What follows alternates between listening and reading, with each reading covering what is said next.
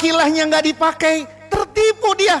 Sama tertipunya dengan banyak sekali orang-orang yang ngelihat kita kemarin di Istiqlal. Ngelihatnya cuma pakai merah putih, disangkanya kita ini itu.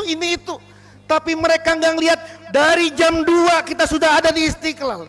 Jam 3 kita sudah mulai berzikir dari seluruh kota pakai ongkos sendiri, nggak ada yang bayarin loh ke situ. Nggak ada yang ngongkosin loh di situ. Pulang kagak ada yang disamplopin loh masing-masing di sana itu. Dari ujung timur sampai ujung barat datang ke situ. Jam 3 pada berzikiran terus sampai subuh belajar, terus manakib sampai jam 10. Nggak dilihat loh itu loh. Yang dilihat cuma pakai peci putihnya. Haram betul loh mereka ngeliat peci putih itu. Tertipu itu namanya minal magru. Orang-orang yang yang lihat itu. Kenapa? Karena basar. Lahum kulubun la yafqahuna biha. Walahum a'yunun la yubsiruna biha. Walahum azanun la yasma'una biha. Ulaika kal an'ami balhum. Ulaika humul. Ngotot kita ini, ngotot ini. Kenapa? Karena ngelihatnya begitu. Bahkan kalau ditambahkan lagi wa amma, kata pengarang sahabat nih, wa amma iza tanawwarat binuril qudsi, dan adapun jika basirohnya itu dicahayai dengan cahaya yang suci.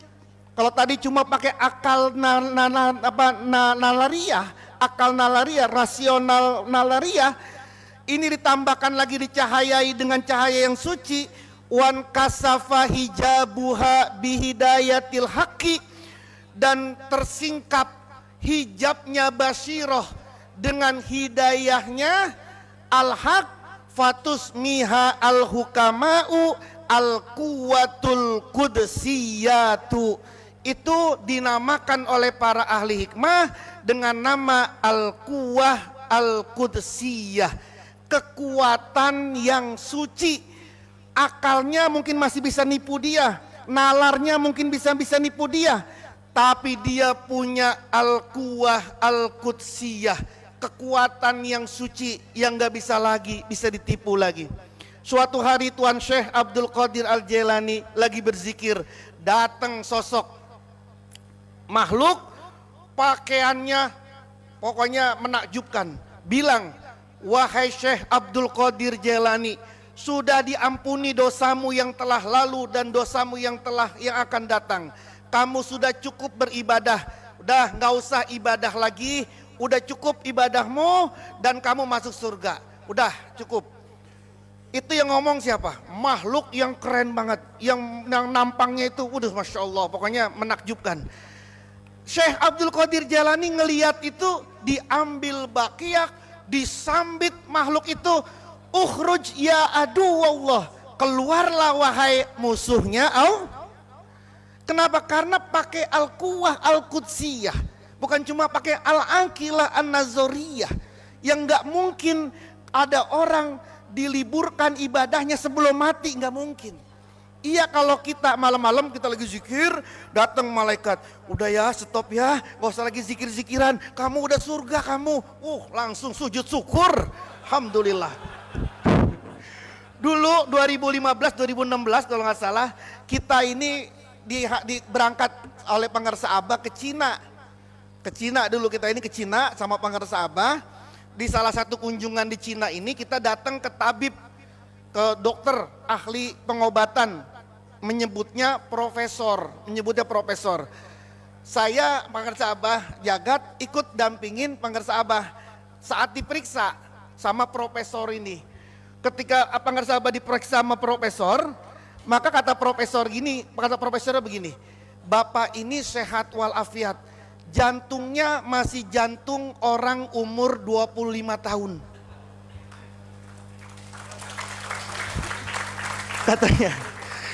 Katanya Pangarsa, katanya itu untung yang dibilang Pangarsa Abah itu. Pangarsa Abah diem, selesai, jalan nih kita, sambil jalan Abah bilang, dulu ada ahli ibadah 200 tahun umurnya diapain aja sama setan kagak bisa-bisa mempan. Lalu kemudian setan ngasih jurus terakhirnya. Kata setan, wahai ahli ibadah, kalau saya tidak lihat di ars, di lauhil mahfud, umurmu ini ternyata masih 200 tahun. Udah saya cekek kamu ini. Tapi sayang umurmu tuh masih 200 tahun. Habis ngomong begitu setan pergi. Lalu kata ahli ibadah, Masya Allah masih 200 tahun umur saya. Lalu ngapain gue capek-capek kerja sekarang, capek-capek ibadah, nanti aja kira-kira kurang 1 hari 2 hari baru ibadah lagi. Maka saat itu pre-ibadah langsung berbuat maksiat mati dia saat itu juga. Pakar sahabat tuh ceritanya itu. Berarti kira-kira yang ngomong begitu namanya saya. Kenapa? Karena ngelihatnya pakai al-quwah al-qudusiyah, nggak pakai akal. Kalau pakai kita mah, waduh, makan durian masih bisa ini mah. Terus segala macam. Nah, Basyirah ini yang menjadi jalan yang ditempuh oleh baginda Rasul dan orang yang ikut kepada Rasul menuju kepada Allah.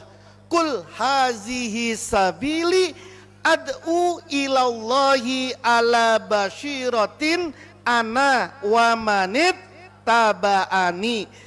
Katakanlah wahai Muhammad, inilah jalanku, aku ajak engkau menuju kepada Allah ala basyiratin, ngajak menuju kepadanya Allah itu berdasarkan basyirah, ana wa manit taba'ani, ikut aku dan ikut kepada orang yang ikut kepada aku. Jadi siapapun yang mau ikut kepada Kanjeng Nabi Muhammad SAW maka harus memakai basyirah. Bagaimana mungkin dia takut sama Allah? Emang pernah ngelihat Allah matanya? Emang basornya pernah ngelihat Allah? Tuan Syekh Abdul Qadir tadi sangat takut kepada Allah, meneteskan air mata. Memang pernah mata basor ini ngelihat Allah? Kan ngelihatnya pakai basyirah. Jadi siapapun yang mau masuk ke hadratnya Allah maka dia harus menggunakan media namanya media basyirah. Kata Imam Al-Ghazali di sini, kama nazara kullu syai'in, kama nazara kullu syai'in lil basori bin nuri, faqad nazara kullu syai'in lil basyirah al batinah billahi ta'ala. Sebagaimana segala sesuatu itu bisa dilihat oleh mata lewat cahaya. Nih kita kan bisa ngelihat satu dengan yang lain nih. Saya bisa ngelihat Anda bisa ngelihat saya, kita bisa saling melihat.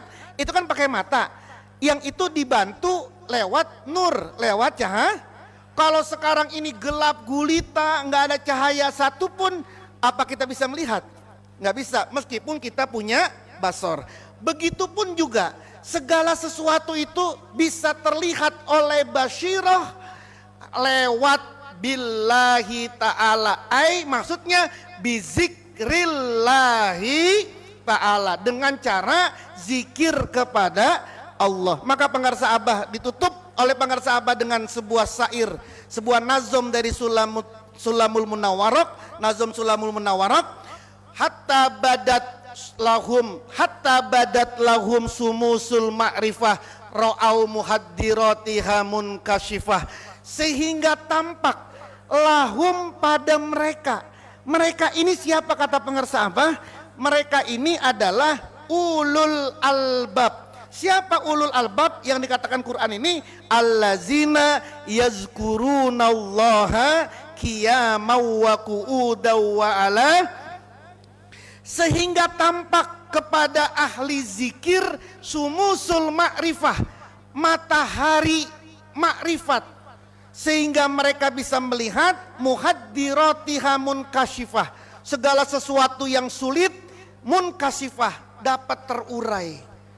Siapapun yang ingin mengurai hal-hal yang sulit dalam hidupnya, persoalan-persoalan yang sulit dalam hidupnya, segala macam persoalan masalah yang menyelikupi dia bisa terurai persoalannya, maka kata pengasabah dalam Sulamul Munawwarah ini, nggak ada lain kecuali orang yang ulul. Siapa itu? Orang yang ahlu zikir. Karena dia yang mampu untuk muhaddiratiha munkashifah, yang mampu mengurai segala sesuatu yang sifatnya sulit. Suatu hari Al-Imam Syafi'i datang kepada muridnya Imam Ahmad bin Hambal, datang ke rumahnya. Malam-malam datang, kemudian setelah itu makan. Setelah makan, beliau masuk ke kamar. Subuh-subuh anaknya Imam Ahmad bin Hambal nanya, "Ya abatah, wahai ayah, apakah itu Imam Syafi'i yang kamu sering ngomong, yang kamu sering ceritain itu, apakah itu orangnya Syafi'i, Imam Syafi'i?" "Iya." "Yang kamu bilang ahli zikir, malam tahajud sampai bisa hatamin Quran, apakah itu orangnya?" "Iya." "Kenapa nak?" Kata Imam Ahmad nih kepada putrinya nih, "Kenapa? Saya kok ragu, nggak kayak begitu seorang imam." "Loh kok bisa begitu, kenapa?" "Pertama bah, saya lihat," katanya anaknya, kata putrinya Imam Ahmad nih, "saya ngelihat yang pertama nih dari Imam Syafi'i, itu saya lihat malam nggak bangun sholat tuh dia. Kan dulu kamarnya masih seperti itu jadi kelihatan. Saya nggak ngelihat Syafi'i semalaman bangun untuk sholat, saya nggak ngelihat tuh. Terus yang kedua, kita sholat subuh tadi imam sama Imam Syafi'i, saya nggak ngelihat Imam Syafi'i ke kamar mandi untuk wudhu, nggak ngelihat saya. Terus yang ketiga," katanya anaknya, "saya ngelihat Imam Syafi'i banyak banget makannya, banyak banget makannya." Kata Imam Ahmad bin Hambal, "Ya udah Syria ya, ngomong sama Imam Syafi'i." Imam Syafi'i ngomong, ditanya begitu. Lalu kata Imam Syafi'i begini, "Nak, gini loh nak, saya itu semalam mau tiduran, baru nelbakin kepala, ada Quran dan sunnah terbuka di hadapanku. Maka malam itu aku bisa menyelesaikan 70 masalah di dalam urusan fikih. Karena lagi tidur gini, terbuka Al-Quran dan hadis di depannya. Dari situ Imam Syafi'i katanya, saya berhasil menyelesaikan 70 masalah dalam urusan fikih. Ini hukumnya halal, ini hukumnya haram, ini hukumnya makruh. Dari Quran dan hadis yang terlihat. Lihatnya tentu bukan pakai basor, tapi pakai basyirah. Semalaman saya itu ngelihat Quran dan hadis di hadapan saya ini, sehingga saya nggak punya kesempatan untuk bisa sholat malam. Kalau kemudian saya sholat subuh, langsung sholat subuh, karena saya dari tadi nggak batal wudhu, makanya saya langsung sholat subuh." Kan anaknya siapa nih? Anaknya Imam Ahmad ngeliatnya kan pakai basor doang nih. Padahal seperti itu. Terus katanya Imam Syafi'i, "Saya ini makan banyak karena ayahmu adalah rojulun karimun. Ayahmu adalah orang yang mulia. To'amuhu halalun, makanannya adalah makanan yang halal.